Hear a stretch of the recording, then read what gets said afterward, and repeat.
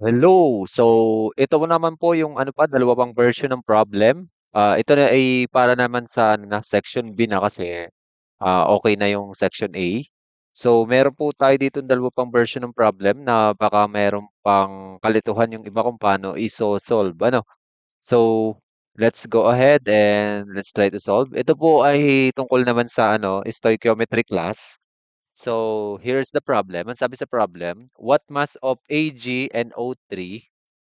So, let's focus agad dun sa tanong ha. Ang tinatanong po, mass of AgNO3 is needed to convert 7.63 grams. So, highlight na po natin agad ang mga given.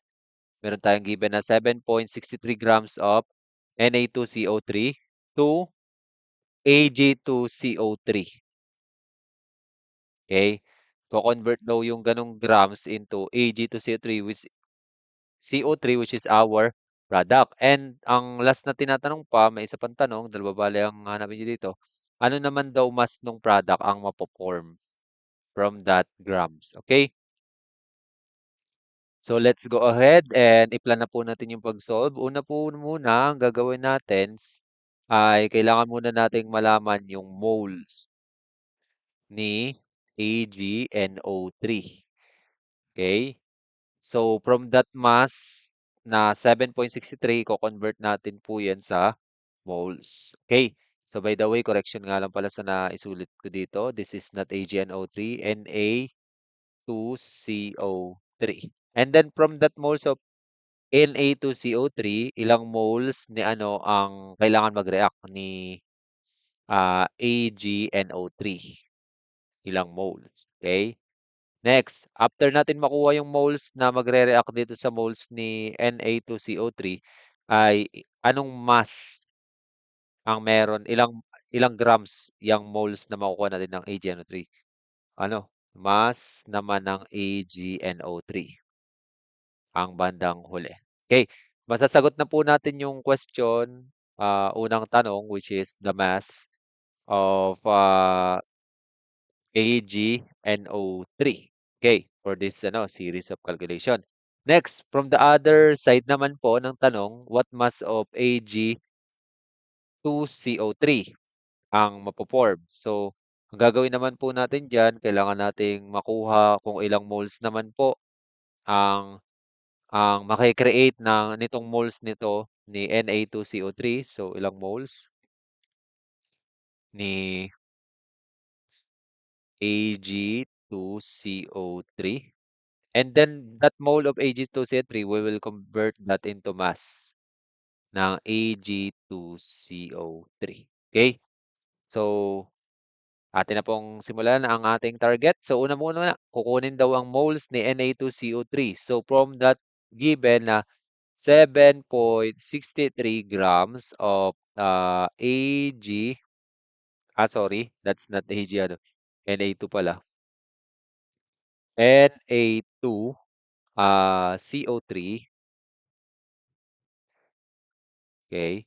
Let us convert that into mole ni Na2CO3. So, bale, ang lalagay natin sa baba ay grams ni Na2CO3 which is yung kanyang molar mass. Molar mass niya ay 106.0 katulad ng nakikita natin. Then, 1 mole po ni Na2CO3. Okay, grams ni Na2CO3. Okay, let's perform the cancellation muna para ma-monitor natin yung ating mga units. So, ang natira po natin, moles ni Na2CO3, katulad ng target natin, kailangan ng moles ni Na2CO3. Now, from that moles of Na2CO3, gakunin naman natin ang moles ni AgNO3. Okay. So, bale, i-multiply natin para mapunta natin sa moles ni AgNO3. Since wala pong chemical reaction or chemical equation po yung ating problem, ay kailangan po nating magawa yung kanyang chemical reaction. Bale, sabi po dito sa product, meron daw pong AgNO3 na nag-react sa Na2CO3. So, bale, AgNO3 plus Na2CO3. At ang isa sa product ay ito po, nasa problem na, Ag2CO3. Ano po kaya yung isa pang product kung double replacement reaction? Kung yung Ag naging kapartner niya si CO3, yung Na magiging kapartner niya si NO3. So plus NaNO3. Okay? So now, ang Ag natin dito sa kabilang side ay dalawa. Kaya lagyan natin dito ng 2. Then we have put it 1. Then yung sodium natin dito ay 2 din. Okay? So para balance po yung ating chemical reaction. This one is also 1. Okay? So now let's go ahead at atin po ilagay na stoichiometric relationship dito sa gitna. So Na2CO3 sa baba. Tandaan nyo lang kung ano yung nasa taas at nasa baba. Tapos ilalagay po natin sa baba ay yung stoichiometric value dito sa chemical reaction which is 1. Lagay po natin ng 1. Tapos ang nasa taas po ay 2 AgNO3. Kasi ito po yung nasa plano. Ito po. Yan. Yan. Yan yung moles. Okay? So now, makakancel po yung mole ni Na2CO3. Then, ito po ngayon, ang calculation na ito ay mole ng AgNO3 na po. So, nandito na po tayo. Okay? From that mole of AgNO3, para maging mass siya ng AgNO3, multiply naman po natin sa molar mass. Okay. What is the molar mass of NO3 sa ating problem? That is 169. Ayun po, 169.9 grams per mole. So, ilalagay po natin dito ay 169.9 grams ng AgNO3 over 1 mole ng AgNO3. Okay. From that calculation po, ang ma-o-obtain po natin ay mass ni AgNO3. Okay, ang mapoproduce. Sabi kasi, what mass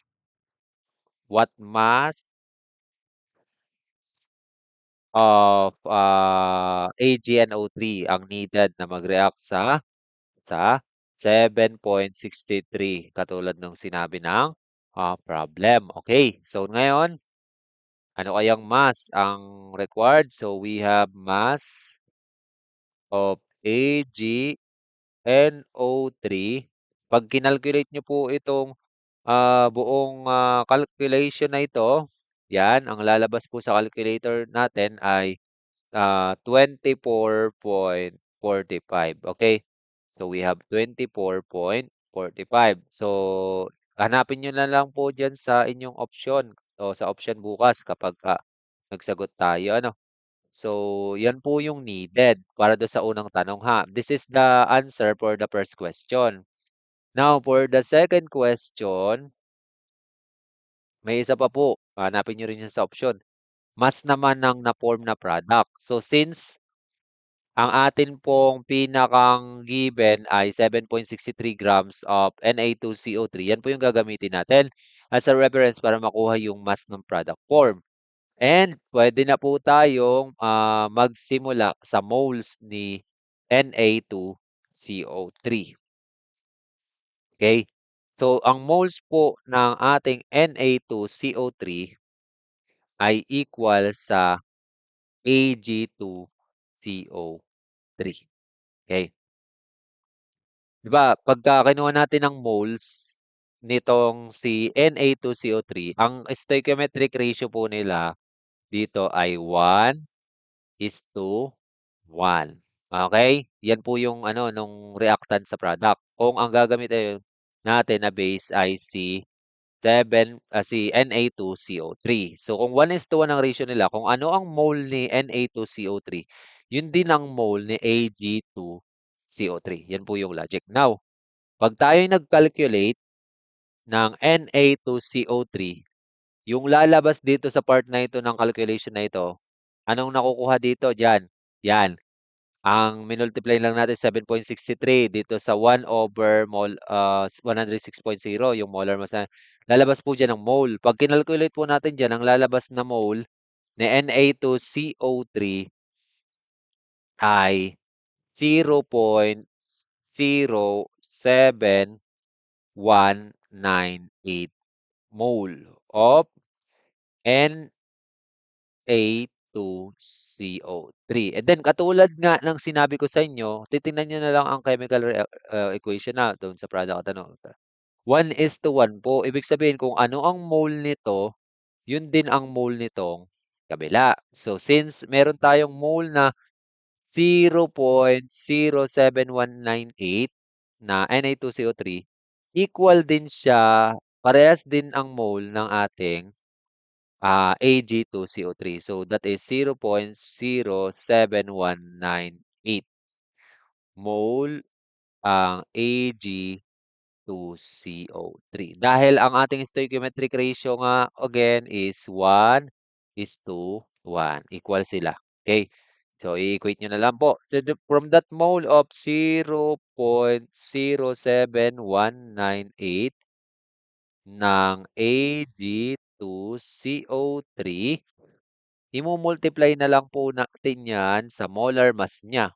Which is ang molar mass niya sa problem ay 275.7.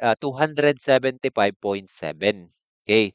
So now, ang 1 mole ng Ag2CO3 ay 275.7 grams Ag2CO3. Then, pag kinalculate po natin yan, makukuha na po natin ang mass ng Ag2CO3 na mapo-form, which is a total of 19.84 grams na Ag2CO. Oh, sorry. Medyo gulo. Ag2CO3. Okay? And that's the answer for the second part of the question na hahanapin nyo sa option dun sa ABCD. Okay? Sana po ay naging malinaw itong ating dito, ginawang analysis dito sa problem.